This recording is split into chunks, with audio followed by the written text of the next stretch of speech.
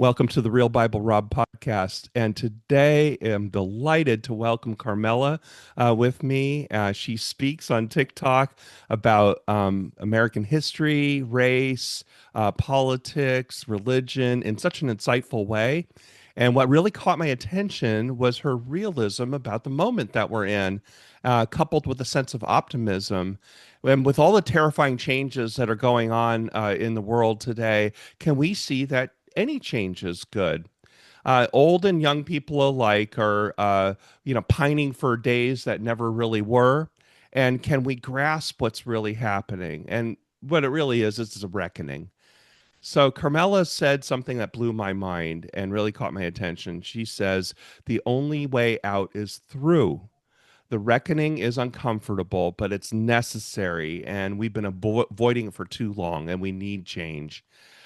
So I've ended up quoting Carmela several times in sermons and podcasts. So I really, really wanted to speak with her.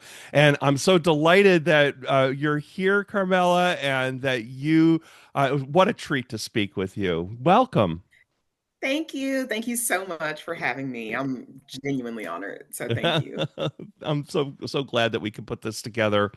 And Yes. I have a few questions here, and we can just kind of go in a bunch of different Yeah. ways that you'd like. And but I appreciate your expansive view. That's what I think really the value in what you've provided on TikTok, and that you have these clear-eyed thoughts about the time that we're in and putting it in perspective, something that's important to me as well. Can you say just a few words about yourself? Where you have what I call your prophetic voice, where that comes from, and how did you develop that? Where did that come from? Oh gosh. Okay. So I go by Mel on TikTok, but my real name is Carmella Williams. I'm 31. I was born and raised in Mobile, Alabama. So heavy Bible Belt. Yeah, right in the middle of it all. Yeah. Yeah, very much in the middle of it all. I don't identify as Christian because I actually believe in Christian tenets, Buddhist tenets, Hindu Hmm. tenets. So, like, that informs my worldview, pulling from all of these different belief systems. I went to school for journalism. I've always been a communicator, whether Hmm. it's writing or speaking. Even in high school, I was on the yearbook committee and I would like interview people. So Cool. yeah, so I've always been aligned to that purpose of like speaking truth to power type thing. Hmm. That's when I feel like the most myself. And I've tried to hold my tongue, it doesn't work. When you ask where my viewpoint, you said it's prophetic. Yeah. That's funny because I told my brother, I was like, I'm a prophet of the Lord. And I was kind of joking, but like I was You speak kind of like a prophet. I was being a little bit serious, I'm not gonna lie, because like I think where it comes from is it's not a simple answer. Growing up, one of the things, you know how parents will like repeat certain things and it Mhm. just like instills in you over time. One of the things that my mom used to tell us all the time is listen to your gut. If it doesn't feel right in your gut, then Yeah. it's not right in period. And I mean, I remember being told that as young as 6 or 7 years old. And Uh-huh. so I think when a parent reinforces that directive, it teaches a child how to hear their own intuition and how Uh-huh. it strengthens your intuition when you listen to your gut. That in addition to my knowledge of history, Hmm. be it world history or American history, and also just like pattern recognition and a little bit of understanding about Yes. sociology, you can start connecting dots like Uh-huh. that. And one thing that I know to be true for a fact is that the types of people that are trying to rip our country apart right now have Yeah. always existed, will Yes. always exist, and will always be on the losing side. And that's not hope core. Like Yeah. that it's optimism. It's just fact core. Like that's It's just it's knowing not history. it's Yes. just knowing it's knowing history, it's knowing pattern recognition, and it's knowing the fact that evil, the presence of evil, it's an energy, right? Yeah. And it's very, very real. And there are spectrums of it, but human evil is a real thing. And I read this book in college called The Nature of Human Evil by M. Scott Peck. Love M. Uh-huh. Scott Peck. And the thing about evil is that it has an emptiness and a hollowness on the inside that can never be filled. And Uh-huh. what that leads to 100% of the time is it eating its own tail, which is what we're Yeah. witnessing today. So it sounds like prophetic, but I'm just like, this is, I That mean, is play by prophetic. play. Yes. Yeah, The yeah. problem with prophets is they are opposed, though, because they're telling the truth. So, I yeah, and I feel like saying like, "Oh, I have a prophetic voice," feels very egotistical, so I'll let you say that, but yes, very much. Well, and your sense of history definitely comes out because, and I wanted to kind of touch on a couple of things. Also, the fact that we've always been here, and that there are waves of Mhm. waves of reaction that come. Yeah, and you look at American history, it's just filled with that, right? So, and Yeah, I try to talk about that a lot too. yeah, Now you've been reviewing Howard Zinn's book, yeah, "A People's History of the United States," in on TikTok. By the way, all the books that we mentioned here, including the one you did, I'll put in the notes so people can find it. good, yeah. And you seem very energized by this book, and I which I think is really cool. Many of the themes and the long history of, or the long view of history in America, seem to resonate with what you've been saying before you started reviewing it. Um, how has reading it confirmed what your view, or changed your views in recent months? Uh, well, I'll say this first, my views have not changed. If anything, they've grown stronger with better evidence. Yeah. Here's the thing, and here's the reason why I started reading A People's History of the United States by Howard Zinn on Hmm. TikTok.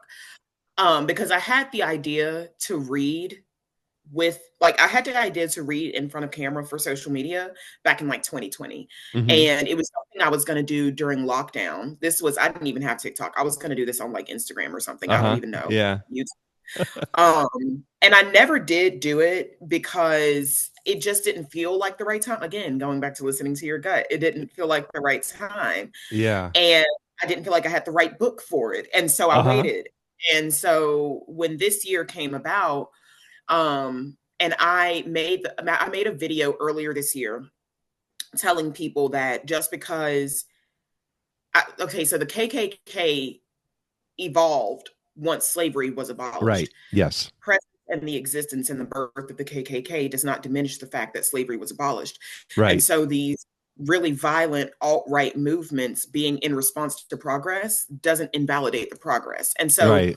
Yes. when I made that video earlier this year, people's like mental pistons started firing off. Like, oh my God, I Yeah. never thought about it that way. And I was like, oh, we really have a poor understanding of history in this country. And we don't Yeah. know ourselves as a country because we're Yeah. young. I mean, you look at somewhere like something that's been happening this year is people compare America's infrastructure to China's infrastructure, Uh-huh. Yeah. which is not a fair comparison at all. China is No. like 10,000 years old. Like that That's true. country, their ancestors are like, I mean, that You're right. Yeah. our country's been around long enough for like my fifth great grandparent to have been there. Like we are literally like compared to these Yeah. other countries, we're like teenagers and we're Right. going Yes. ego deaths and adolescence like a teenager would. And so all of that to say, because we don't know ourselves as a nation and as a people, people often mistakenly believe in this fallacy that the American character started off here Yeah. and now here. Yes. No, no, babe. It is like No. quite the opposite. We started out down here. Yeah. Well, I mean, the We're national myth here. is much younger, like you say, is the Yeah. national myth of in China or in many European countries. I imagine anywhere that has very old societies, the national myth is so ingrained. They're not replacing in American history. We do this a lot, right? We take other people's ideas and make them a part of our myth. So, yeah. Yeah. Yeah. And it just and that myth is so fortified by patriarchy, Hmm. white supremacy, and a toxic use of religion. Yeah. Um, and it's like that those three with the media fanning the flames, and I say this Yeah. as someone with a degree in journalism who greatly respects journalists. Um, people believe in a lie. Like Yeah. they believe in the false version of who America is and are Uh-huh. having trouble right now confronting what America truly is. And those two ideas, those two worldviews and realities are beginning Yeah. to integrate. And we're all starting to get on the same page. And of course, there's chaos. And, Yeah. I started reading this book because I needed people to understand that America has gotten progressively better over time. Even Uh-huh. today is Yeah. better than it was 50 years ago in so many different ways. Yeah. And just because the mask is off and America is showing mostly white people who Right. didn't know, like America's finally showing who she's always been. Because Ben, exactly. And yeah, I like mean, Frederick Douglass was saying this stuff. I mean, come and you see on. that in the exhaustion for white people, especially liberal white people, is that they're exhausted maybe in a way that black people have always been, right? Or people on the margins have always been, and they go, oh, maybe that exhaustion is maybe it's good because then they can see what it's like, right? So. Yeah. Like And that's a it's big, powerful thing in your messaging, right? Is that, oh, people are the scales are coming off a little bit, right? So yeah. it's it's so irritating to me sometimes, but I have to remind myself that different souls awaken at different times, Yeah. and you can't rush it. And Yeah. some ever awaken in this lifetime, and so that's not something that you can rush. But it is like a. I remember when I got my first reality check as to what America truly, and I'm sheltered. I was a late Yeah. bloomer in the Black community because it Yeah. didn't me until I was 13. Uh-huh. And I watched this movie. It's called Menace to Society. I don't know if you've ever seen it, but I watched this movie and it's about these two young men in South Central LA in the 90s and just how violent and Oh, mm-hmm. aggressive and toxic that environment was. Yeah. And it like broke my brain, like it broke my sense of reality because I was Yeah. like, people really live like this. And I started pulling at the thread. That's when my deconstruction Yeah. really started.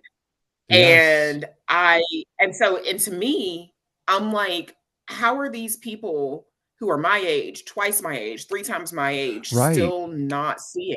Yeah. Well, and that's really interesting because I grew up in Orange County, just south of LA, and Mm, it always surprised me, still does today, that you would think that California, Los Angeles, and everything would be so enlightened, right? And because people were freed from the old South, from the East Coast, and stuff like that. And there is some truth to that. There is a little freer thinking in California, but oh my gosh, oh no, the reaction, the retrenchment is hard, and I think we see that yeah. in sort of the racial conflict that it still exists in California. So it's interesting that that was what Well, you know yeah, one of what the resonated with you. Yeah. it broke my heart. I was like, Yeah. these boys, because in the movie they're like 18, like freshly Right. 18. And if they had better parents, better circumstances, and maybe Hmm. weren't Black, Hmm. their outcome would have been significantly different. Yes.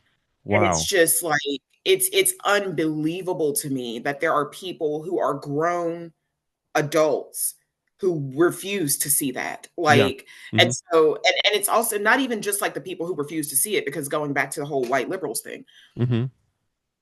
I keep seeing people say, "Oh my God," like, I mean, like panicking. Uh-huh. "Oh my God, the United States is falling into fascism. We're falling into fascism. Yeah. Oh my God." And I'm like, we have always been a fascist nation. Right. You guys are not locked in. Right. Like you are not seeing this. It's the You're first joking. time it's at your doorstep, right? I think that's kind of the yeah.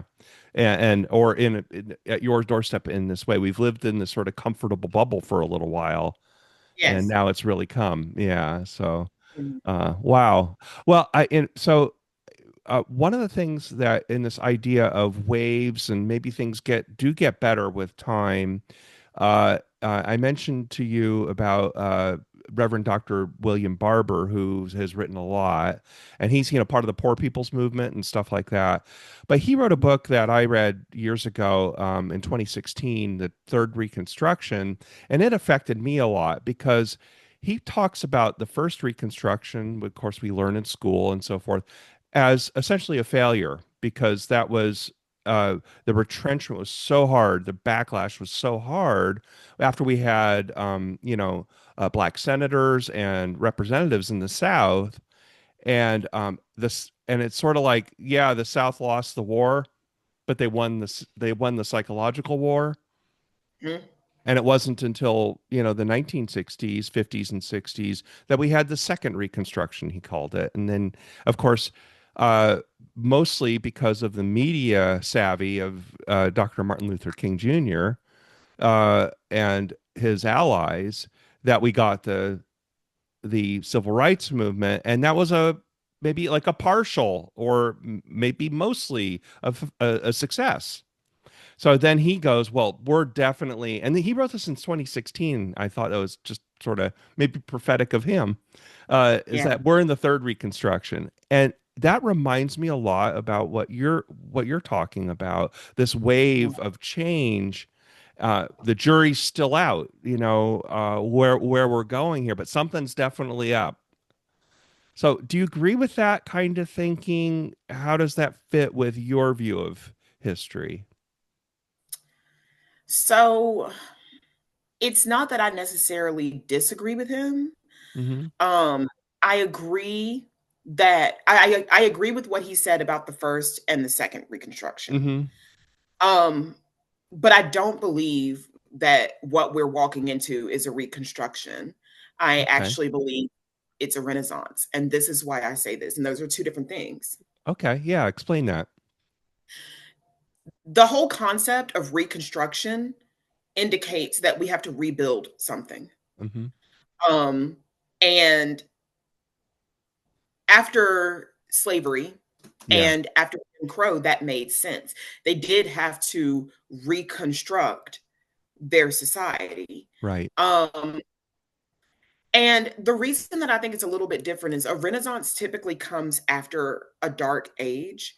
Hmm. And I don't think that we are necessarily reconstructing our society. I think we're birthing a brand new one. And I think those are Yeah. two very different things. That's important. Yeah. Yeah, like I truly believe because despite what was happening in the culture, because after the 60s, like after the mid 60s, culture Uh-huh. started popping off. Like, I mean, Yeah. music blew up, like Yes. Michael Jackson, Madonna, Yeah. I mean, like I could literally go, this whole podcast could be us just talking about the music alone Yeah. that came from Disco boomers and Gen. music. Uh, Yeah. this, I mean, And yeah, and Donna funk and Summer, all of that. Yep. I mean, my God, like we got I can't even. I'm not even going to go down that rabbit hole. Okay. There's there was an explosion of culture and an explosion of entertainment. Hmm. But what the conservatives were doing in the background after the civil rights movement was so sneaky and so insidious Yes. Yep.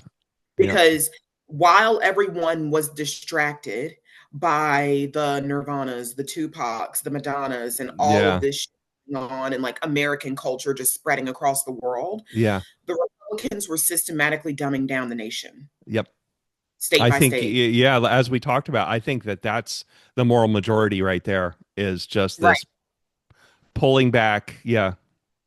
Even the fact that they're allowed to call themselves the moral majority after Uh-huh. historically committed the most crimes against humanity than Yeah. almost any group, any singular group in the world Yeah. is a part of that myth that I talked about earlier. But Hmm. they have been systematically dumbing down this nation for decades to the point where we've been living in the dark ages and haven't even known it. Yeah. We Hmm. haven't even known. Right. Like, whole No Child Left Behind thing that Bush did, I would have been in Yeah. like elementary school when that happened. And it wasn't until I was out of school that we started seeing the Hmm. full results of that. Yep. It didn't really impact us that much. And, it takes about 20 years for these policies to go into effect. So Yes. what is happening today is because of Reagan. Uh-huh. Yep. Oh yeah, I And mean, the war on drugs, the crack epidemic, all of those were Mhm. really, yeah, Right.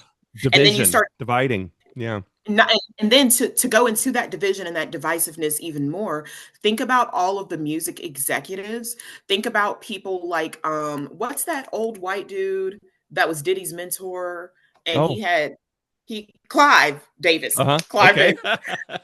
Think about all of those big music executives that deliberately manipulated the music they were pushing out to the Uh-huh. masses in Yeah. order to perpetuate their plan to dumb people Mm-hmm. down, to make people more violent, to make men hate women more, et cetera, right? Yeah. So these topics that I'm bringing up are all coming to light now. Yeah. It's So true. we were existing in the dark ages, did not know it because we were so distracted and so numbed out and so comfortable, right? Mm-hmm. And the reason that I say that this is a renaissance, because what is a renaissance? It's an enlightenment. It's an age of enlightenment. Uh-huh. And so now people are deconstructing. You started going into the ministry to help Uh-huh. spread that light Yeah. when in 17, right? Uh-huh. Yeah. So Yeah. between the 50s and like the late 2000s, we didn't know what the hell was going on in this world. Yeah. Nobody had ever heard the name Epstein if you were outside of his circle. Yeah. And Right. now, between 2015 and now, just in the past 10 years alone, how much have we learned about what darkness really looks like in this world? Yeah, yeah. Well, I mean, I think you mentioned it, is that you'd much rather live in today's world than your grandmother's world or whatever, because even though it's hard, it was harder and it was harder to see the truth back then. And Mhm. in a lot of respects, I deal with this a lot too, as you know, I have parishioners who thought having three television channels and everything was neat and clean, cleaner from their point of view was better because it was easier for them to understand. But they just they have selective memory. They don't remember, and you That's know, why and it was the Hays Code. yeah, and we just do that, right? And you know, and so that kind of you did a video. I don't know if it was a series of videos about decolonization recently, Yeah. and it really it resonated with me a lot because I took a bunch of seminary classes from somebody named Randy Woodley. I don't know if you know that name, but he's an indigenous voice and author. A lot of people in my world know who Randy Woodley is. Amazing guy, and um, and he talks about sort of we've had 500 years of harmful theologies. He's a Baptist. He was a Baptist preacher, right? As an indigenous person in Oklahoma, and Mm. so you know he comes from that side of the world. If you know Caitlin Curtis, that's a name who keeps, you know, she did Resistance, Living Resistance, and Native, and there are so many connections there between the colonization of of native people that's still going, you know, still goes on in many ways, and that maybe the Renaissance or the awakening of awareness in that, and the intersection of religion, because you know boarding schools were all run by religious organizations, including my own denomination. Yeah. So if the only way out of this is through, is that what decolonization looks like? Is that how do we how do we keep going through instead of detouring again, or is that just inevitable that we're going to be detouring again? We're detouring all right, but we're detouring in a way that people don't realize. See, earlier you mentioned, like, do you think that this is a reconstruction? This is a deconstruction. Hmm. Two completely different things, right? Because Right. we don't want to reconstruct what we just came out of, what we're coming out of. And Uh-huh. and and people were going into something, and I cannot disagree more. Um, what we are deconstructing, which is decolonizing, just said another way, Yeah. is all of these deeply entrenched systems that have been forced on us from birth generationally. And so, I'm sorry, like your question was, how is the only way out through? Like, how to paint that Yeah. picture? How does that, how is that deconstruct or deconstruction or decolonization is the only way out is through? Is that what it is? Or I Yes, come to, yes, you yeah. have to go through that. Like the deconstruction and the decolonization are what's inevitable. Hmm. And when I say, oh, it's a detour, all right, that's what I mean, because Yeah. it's going hard left from business as usual. This is Yeah. not business as usual because, you know, after the Civil War and after slavery was abolished, it truly was a reconstruction, because what those newly freed slaves were trying to do was assimilate into white society, Yeah. which made sense. I mean, Of we had course. not, Yeah. as Black people, created our own culture like that would come in the 20th century. Right. So they were trying to assimilate into white society. Even after the civil rights movement, they did that. They were trying to assimilate into white society, and there were groups that branched off, like the Black Panthers and Uh-huh. the Black is Beautiful movement and that Yeah. sort of thing. Right. But even that got infiltrated by the Black exploitation films of the 70s that showed Right. Black men as, Yes. which was undermining family values, which led to a Uh-huh. lot of dads and abandoned children. And I mean, I could go on, but Yes. what's happening today is we're not trying to continue to assimilate into white society, into rigid religion, Hmm. into or even into just like sexual binaries. Like, Hmm. people aren't trying to assimilate into their parents' world anymore. We're trying to discover what a new and better and more inclusive and more abundant world could Yeah. look for the rest of us. And so that means paying more attention to the quality of life on Native American reservations. That's Hmm. actually a project that I did in college. It's something that I looked into. We were supposed to research and, like, give a speech, school. Uh-huh. And I learned a lot about what life on a lot of Native American Yeah. reservations is like, and it's atrocious. They truly took everything away from those Uh-huh. people. Hmm. And the more that, if you notice, if you would have brought these topics up 20 years ago, people wouldn't have wanted to listen. No, no, especially it regionally too. But one of the things that's really interesting, I have a friend who was born and raised in Kansas, a Quaker pastor, and I said, "Can you talk about this stuff, Native American stuff in Kansas?" And she goes, "No, I get run out on a rail. It's still Mm-hmm. sensitive. It's a big deal there." I go, "Interesting. Why isn't it?" Because I'm in Seattle area. Why is the Northwest, well, not have that sensitivity in the same way?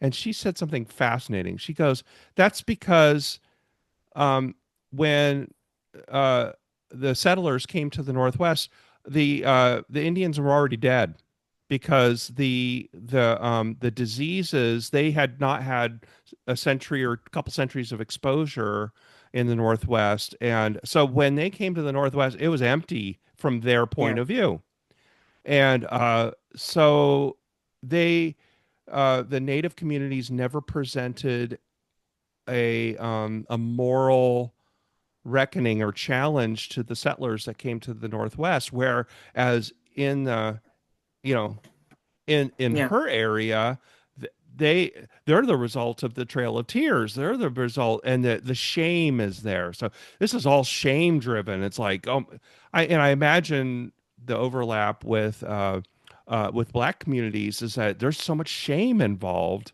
and it hides their, it makes it so they just don't want to deal with it. They don't want to reckon with it. Well, So, yeah.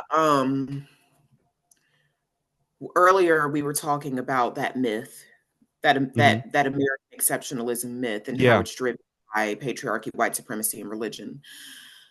To dig into that a little bit more, one of our biggest mistakes as a country Hmm. has been allowing white people to completely ignore their reckoning for Yeah. centuries. Yeah. We prioritize white comfort in this country, Hmm. white evangelical comfort specifically in this country, over literally everything else. And if Yeah. that means that we have to defund schools, if that Yeah. means that we have to shut down museums, if that means that we can't have certain things that other countries enjoy, certain luxuries that other countries enjoy, Yeah. then that's means, because white comfort is the most important thing. And we keep allowing, up until now, we kept allowing the average white American to view themselves as the default for moral purity Uh-huh. and social superiority, Yeah. despite having the longest rap sheet in the country of violence, of Yeah. terror, of domestic terrorism. And we've Hmm. been living under a state of domestic terrorism, and allowing white people to believe that that's false, that that's just like a far left talking point, Hmm. is how we've gotten to this place where people can't look at Trump and see him as the Antichrist that he really is. Hmm. Hmm. And I wanted to bring this up too. Um, it's so ironic, and I feel like as a pastor you'll really appreciate this. It's so ironic to me that the more people deconstruct the hypocritical religious beliefs they were raised with, because these people Uh-huh. have completely bastardized the message of Jesus, like Sure. completely. The more that people deconstruct what they were raised with, deconstruct the shame and the guilt and the fear that was Hmm. instilled in just speaking strictly on religion. And the more that they balance that with what they see the Trump regime doing Yeah. and what they see Republicans have been doing for the past 50 years, Trump and Netanyahu and all of these people being collectively what I view as the Antichrist, because I don't Hmm. think it's just one person, Uh-huh. is driving people more toward Christ's teachings. Yeah. And I believe, and again, I'm not Christian, but I believe we're witnessing the second coming of Christ. Uh-huh.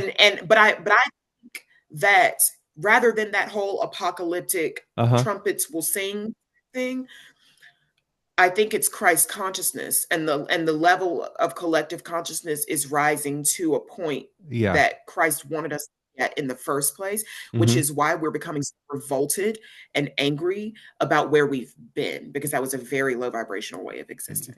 Well, and I think that what people don't realize is that the default or the end point of authoritarian religion is what we got in Europe in the 30s, and what we're getting here too is that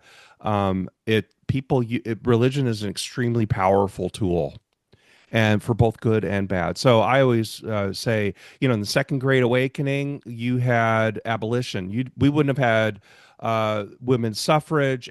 We wouldn't have had abolition. We wouldn't have had public schools, things like that, without the Second Great Awakening before the Civil War. But at the same time, people were using religion to justify slavery, to harden their views. I mean, the South wouldn't have seceded without the religious fervor behind saying that Well, slavery is what God demands for humanity. everything everything that Christopher Columbus did to the native Arawaks on the Bahamas, Yes. in the name of religion. Yep. Yep. And one of my favorite verses, I am the way, the truth, and the life, and no one comes to the Father except by me, is a beautiful expression of encompassing and inviting, but it is, along with the Great Commission, what fueled the genocide of Native Americans, what fueled slavery and all of that, that exclusionary standing above the other. And that's why you and I talked a little bit before this, and I've gotten, in fact, I have carpal tunnel from responding to people about the rapture and how the rapture is used to separate people. And I go, Yes. and that's a great example of using religion as your tool for, like you said, white comfort, for a default, creating a default, which I jump evangelical Christianity today is the default Christianity in America. It Yeah. is. It is. And I want to jump in here and say this. And this is what I mentioned earlier before we started the podcast. I was like, I'm going to Uh-huh. save this. Um, my view of who Jesus was and what he embodied Hmm. is part of the reason why I stopped considering myself a Christian and why I stopped Hmm. identifying as a Christian, because I did not agree with the position that they put Jesus in, among many Yeah. other things. And what I mean by that is that I believe that Jesus came to this earth in order, as an ascended master. He had already mastered all the different levels of consciousness. Like Hmm. he was was an extremely advanced soul Mm-hmm. at a Yeah. time where most people were operating on level 1 consciousness, if that. Yeah, just trying to survive in the Roman Empire. Just trying to survive. Yeah. The life expectancy was like 21. It was Yeah. crazy. Yeah. Um, but the message that he was trying to give us as human beings was not received because they literally couldn't fathom what he was saying. Yeah. It was a message of self empowerment, finding God within and allowing that to open your eyes to the injustices that are happening around you. It was never Mm-hmm. meant to be transactional. Christianity was never meant to be hierarchical. Mm-hmm. And Yeah. one of my biggest gripes with modern day Christianity is how transactional it is Yes. and how these people keep looking for a savior and they externalize the power of God and don't internalize it. They don't realize that they are their own savior. That's what Jesus, that's why he was Yeah. embodied in a human form to show And that God is within, they in my and they view. built it into their theology, this transaction that I've got to do something in order for you to save me, you know? That's why all of these denominations, like you're Presbyterian, that's why Yeah. all of these denominations exist because the Catholic Church was selling indulgences. Yeah. They were literally Right. to get into heaven. Like they turned it, they completely bastardized his message, which was to elevate, to grow, and to Yeah. learn. That is what enlightenment is. He was literally trying to teach these people how to reach enlightenment, and they were like, Yeah. "My king," and it's like that's not.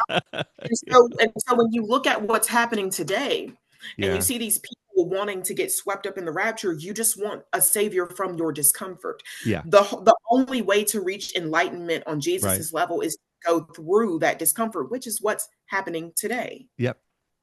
Yeah, very much. Yeah. And I think about, so I'm kind of on the ins. I put myself on the inside of this discussion about religion. What you're describing is what I hear from so many people, especially in your age group, right? But so many people is that religion today doesn't speak to them. They like Jesus, they think Jesus is awesome, but they Yeah. don't like Christianity because of what it's associated with. And we have so much work to do. You know, uh, my so I wanted to talk a little bit about fear because we talked about the fear of shame, we talk about the fear of discomfort, and how that has caused a lot of the reactionary behavior that we have today. And I feel like my job, or really the job of anybody who's trying to deconstruct things, is to reduce that fear of in a way that they can move into the future. They can go through the way out. Um, Mhm. so some people talk about that in terms of burning the church all the way down. We're done. It's, I've had it. Mhm. That Jesus guy, he's great, but and so I guess maybe the question I have for you, where do institutions play a role here? What do we burn down? Do we let it all burn down? Because right now, I think the evangelical church is in the process of burning down big time, Yeah, just I because of agree. what you said. So the I agree. question is, does it have to burn all the way down before we bring something new? Uh, there are many lovely, wonderful people I know in that world, but oh my gosh, they've got the blinders on because of nationalism. What do we do about that? How do you think about the going through with with respect to these institutions that we love and or many Mhm. people love and live with? At the risk of sounding extremely cliche, Uh-huh. I think we do need to ask ourselves, what would Jesus do? Uh-huh. Truly. Yeah. And I think he would be pro burning it down and pro Uh-huh. flipping. And that doesn't mean Flipping burning down. tables. Yep. Yeah, literally flipping tables, and I don't think Mm-hmm. that that means, shunning religious people, making them feel bad, making them feel guilty, but I do think that it means creating a space where people can ask the questions that they've always had without fear of punishment, Mm-hmm. where people can hold their parents accountable and hold themselves accountable and hold their church and their church families accountable without fear of retribution, because that's how we deconstruct. Because the thing is, everything Jesus did, he did out of love. never Hmm. fear. Jesus Right. never ever acted out of fear. That's why he was so much more elevated than the human beings around him. Hmm. Even, that there's that whole parable about, oh, they were on the boat and the great storm, and everybody was like, what Yes. are we going to do? And he's You know, sleeping. Yeah. you guys are waking me up for literally nothing. Like, I'm pissed. Go back to my bed, right? So the most important thing I think for people to remember, and it sounds like bullshit. Can I cuss? Yeah. Well, you already did. That's okay. Sorry, I didn't even realize. I'm gonna do it. Don't worry. But it sounds like bullshit when I say this, but the love as an energy expands naturally. It is an Hmm. expansive energy.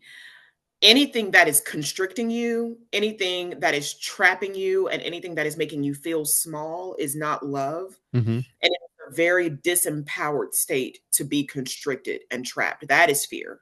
Yeah. And so when I am like reading Howard Zinn's book, I'm doing it out of a place of love because I want to expand people's understanding of the types of people they're dealing with, the type of environment they're dealing with. And Yeah. I think that what religion has done for so many hundreds of years is they have used fear to Yeah. constrict individuality, challenge, pushback, challenge, rebellion, whatever, so that they can control these large populations of people. It's a Yeah. very patriarchal, paternalistic do. And so Christians have become consumed with fear. Yeah. And there are certain Bible verses that I believe are taken out of context Uh-huh. to perpetuate that fear. And the one that I point to all the time is the whole beware, for the devil lurks about like a lion seeking to devour Yes. whoever, that. Uh-huh. And I think that is a profound thing, but I think that they misuse it because what that does is it puts Christians on the defensive against the whole Yeah. world. And they use that as an excuse to isolate themselves from people who think differently from them. And if you ever try to have an open conversation with them about anything at all, not even trying to convert them, just trying to speak Right. from your perspective, they immediately go on the defensive, accuse you of trying to pull them away from their faith, and then they Yep. just close their minds. And They bottom again, they bottom line the conversation quickly. they do. Yeah. Yes, I've had a friend say, because I was talking to him about something. I was talking to him about how I felt spirit was moving through me, and I use Hmm. things like tarot cards and the pendulum. And Hmm. when you bottom line the conversation, this is literally what he did. I gave him this beautiful spiel about what I was Yeah. saying and what I was doing, and he was like, "Well, I just try to stay in my Bible, and I don't really get into stuff Yeah, like oh yeah. that." And I you hear that didn't all the even listen. time in my comments and stuff like that. It's Yes. like it always like two or three comments in a row on a thread. It always goes, well, you're going to hell. You'll meet Yeah, your literally, reckoning. You're there and I go, what? Really? there are so many walls built into their belief Yeah. system, which shows and proves my point that it's a belief system rooted in fear and not Yeah. love. Right. Because if Because that's truly where they end up always. felt, Hmm. because love is what makes you brave. Yeah. Courage, word core, heart, love is what makes you brave. Yeah. And so a lot of these religious people, forgive me for saying it, are cowards. Yeah. And It's so true. and a lot of people who are raised religious, and even though they've deconstructed the religion itself, they have not deconstructed that fear that they feel all the Uh-huh. time. And so when we look at the landscape, the political landscape, and people are like this, and they're like, oh my God, what are we going to Uh-huh. do? They're going to kill us all. Like, oh my God, you're still stuck in that very constricted, low vibrational, fearful space. And that's not to say that what's happening around the world isn't scary. I understand it being scary. Yeah. But my point is, I genuinely believe in my heart of hearts that it is their destiny to fail at what they're doing. And they Yeah. have been failing this Yeah. entire time. They're losing control of the narrative, they're Hmm. losing control of the media, Yep. they're losing some of their staunchest supporters. And again, not everybody will be saved, but they're losing their staunch supporters. They are revealing themselves because for 50 years at least, we all know it's been Yeah. centuries, but speaking specifically about the modern Yeah, in modern humans, media environment. for Yeah. 50, right, we're talking specifically modern. So from like 1950 onward, right? Yeah. 1960 onward.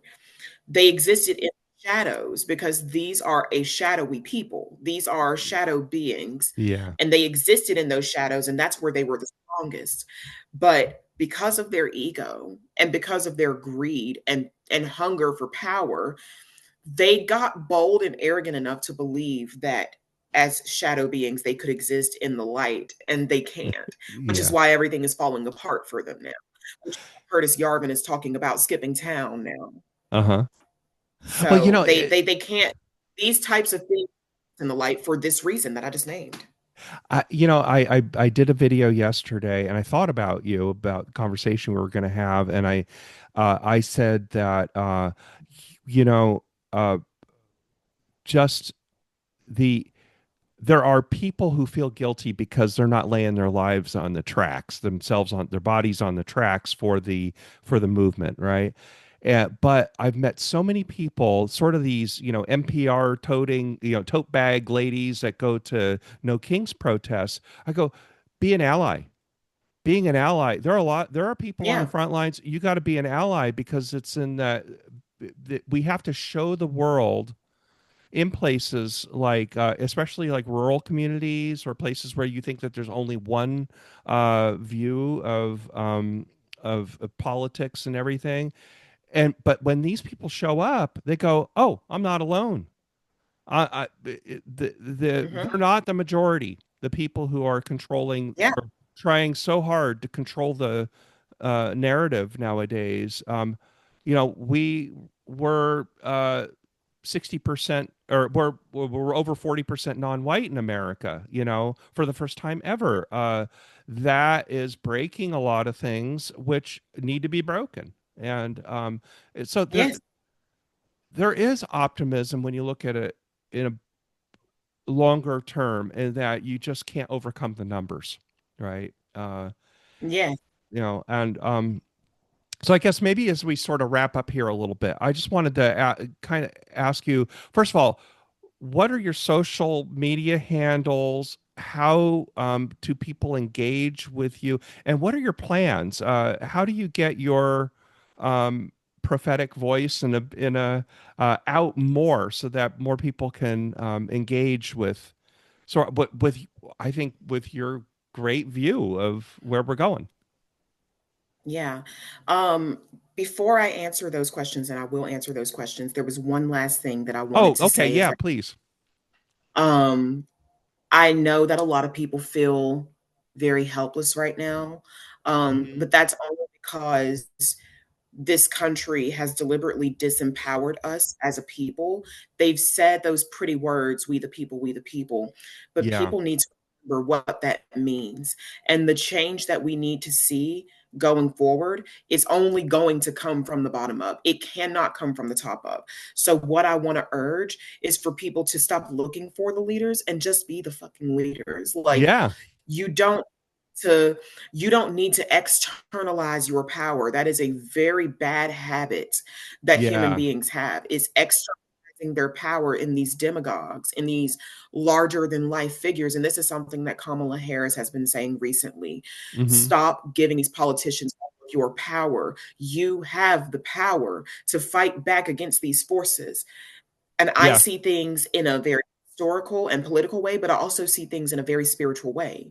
And the Hmm. more that single person, it can just be one person, can make breakfast for the neighborhood children every morning, like Uh-huh. maybe start a Yeah. movement way, the That's more that allyship. Yes.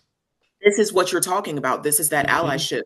The more that you can just touch your own community, the more that energy will become contagious, because Hmm. hope is contagious. That's why they try so hard to beat it down. The more that you can spread that love and expand that love outward, the more you can beat these people at the top who are trying to convince you that there's no hope. Yeah. And Yeah. so that is the most important thing. And that's Uh-huh. what we did in the 60s and 70s to get as far as we did. And people have forgotten that because they've been comfortable and they've been numb and they've been blind. And now Yeah. uncomfortable, feeling everything, and their eyes are wide open. And that's Yeah. exactly where we need to be. And they keep saying, I want to go back. You should not only should you not only can we not go back at all, we will never go back. You shouldn't want to, because back there everybody's Yeah. eyes were closed, Yep. and there was a level of plausible deniability for every citizen in Yeah. this country to hide their eyes and say, I don't see it, hear no evil, see no evil, speak no evil. But as we move forward, we really, really, really need to focus on individual empowerment so that we can impact our communities. It starts with self, and then it Yeah. expands out to the Yep. community. And that is the most important thing. And I know that might sound abstract. I can talk about it more on social media. Speaking of which, my TikTok handle is Omel, yeah, OHMLLYEAH.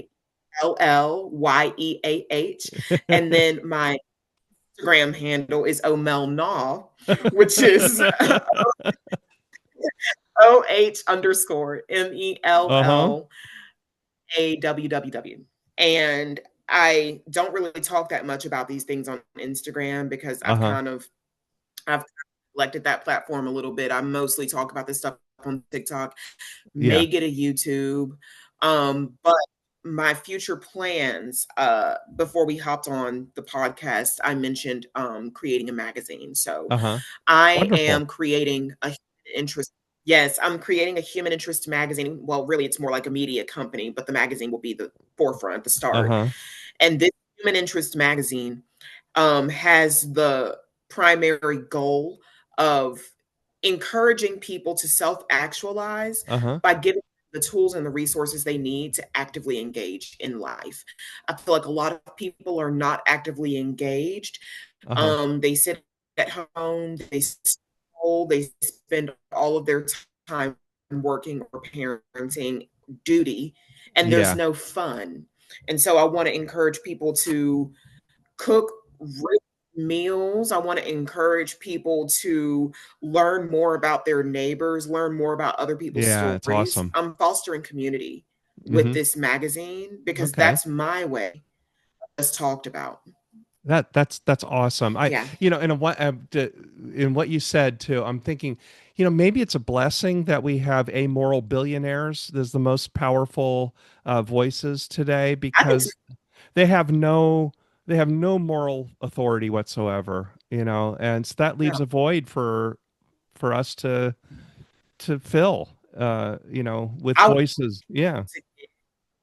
without wishing direct bodily harm, I want people, particularly white Americans, particularly evangelical Americans, particularly men, particularly rich people, I want them to get as uncomfortable as Yeah. possible. And I want Uh-huh. spirits in their eyes like this and glue them open. Yeah. Never repeat the mistakes that we just were making. Like, I'm so serious. Like, we have to be uncomfortable. Yeah. We have to reckon with this nation's past so we can have a better Yeah. future. Yeah, yeah. One of my favorite Buddhist authors is Pema Chodron. She goes, comfortable with uncertainty. And if we have that ethos, then we can face the truth. Mhm. And maybe that's where we're headed. So once again, with you speaking, I just feel filled with optimism, perspective. I really appreciate that about what you say, and really wish you every success with your ventures because we need your voice. Thank you. Thank you so much for having me. Yeah. Really fun. Well, with that, I always say there are lots of things about the Bible that people say about the Bible that aren't really there. And God bless you, and God bless you, the audience. Thank you so much for engaging and listening in. Thanks,